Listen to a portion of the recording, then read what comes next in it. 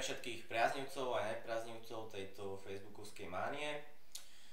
So svojím švédskym kolegom sme sa rozhodli prijať výzvu, ale keďže legálna definícia pojmu výzva podľa nás obsahuje určité prvky náročnosti, tak sme sa rozhodli prijať naozaj výzvu a nie priateľské pozvanie na pivo. A to je všetko, čo som chcel povedať, týmto predávam svoje slovo kolegovi. Ja by som dodal len toľko, že dosť bolo reči, nechajme prehovoriť skutky.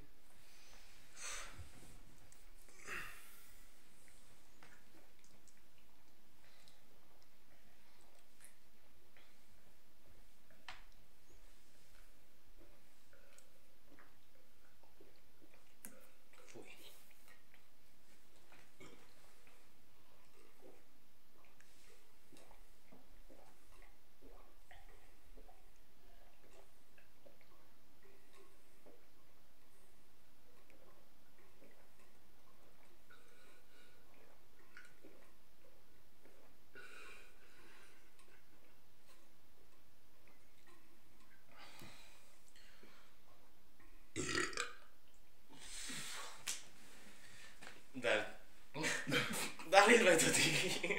Dobre. Ty si kraken. Dobre, môžeme pokračovať, pán kolega. Takže, ďalej, do tejto výzvy nominujem zo ženského pohľavia, to bude Tudu. Chcem na teba zvedať, jak sa k tomu postavíš, Tudu.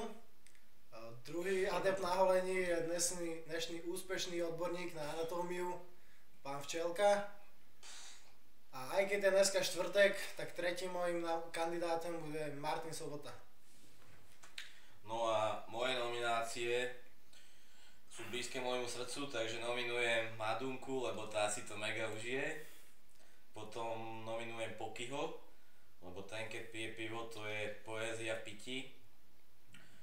A potom nominujem Švehlu, tiež dnešného anatomistu, ktorý je jednoznačne dôkazom toho, že keď sa chce, keď si niečo vezmeš do hlavy, tak to naozaj dokážeš a spravíš proste anatómiu, alebo potom už ti stačí iba 10 pokusov na tú skúšku, takže myslím si, že si to fakt užije tento chalan, keď sa vyškrabal zubom a nechtama spolu s Evčelem. Patrilo by sa. Týmto vás zdravíme a uznávame vás, toto je všetko.